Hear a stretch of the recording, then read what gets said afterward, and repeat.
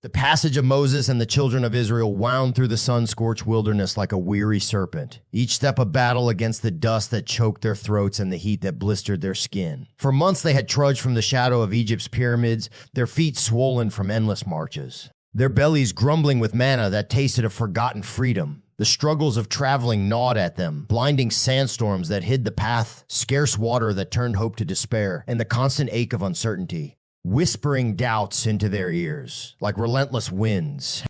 Yet it was not the desert's fury that cut deepest. No, it was the words sharp like knives, flung from lips, twisted in fear and frustration. When the spies returned from the land of milk and honey, bearing tales of giants and fortified cities, the people's murmurs grew into a storm. "Why has the Lord brought us here to die?" they cried, their accusations slicing through the camp like blades in the dark. Moses, the steadfast shepherd, pleaded for calm, but the grumblings festered, turning brother against brother, sister against sister. In the dead of night, when the stars watched silently, some acted like thieves in the night, slipping from tent to tent, stealing resolve with whispers of rebellion. "Let us choose a new leader," they schemed, "and return to the chains we knew, or at least our graves would be familiar." They plotted to stone Joshua and Caleb, the faithful ones who urged trust in the divine promise. The air thickened with betrayal, shadows dancing like conspirators around the flickering campfires. But the Lord heard every sharpened word, every stolen scheme. His presence descended like a thundercloud, and he spoke to Moses of wrath and renewal. "How long will these people despise me?" the voice rumbled, echoing the fate of straying wrongdoers. The rebels, those who had tasted miracles yet chosen doubt, would not cross into the promised rest.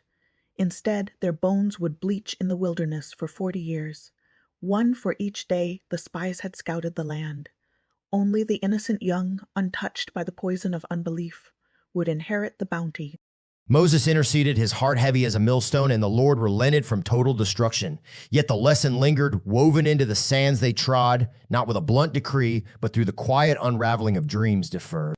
For in the wandering, they learned that faith is no easy road, but a forge where complaints become chains, and straying invites the slow thief of time itself. And so the children of Israel pressed on, their story a veiled mirror, reminding that the sharpest cuts come from within.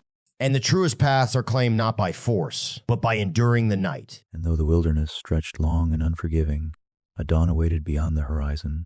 The children of Israel, tempered by trials and guided by the unyielding faith of Moses, pressed forward with renewed hearts.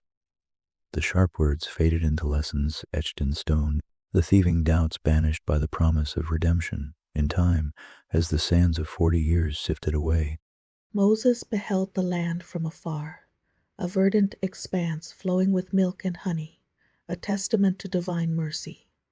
Though he would pass the mantle to Joshua, his vision ignited the final march, leading the faithful remnant across the Jordan into abundance.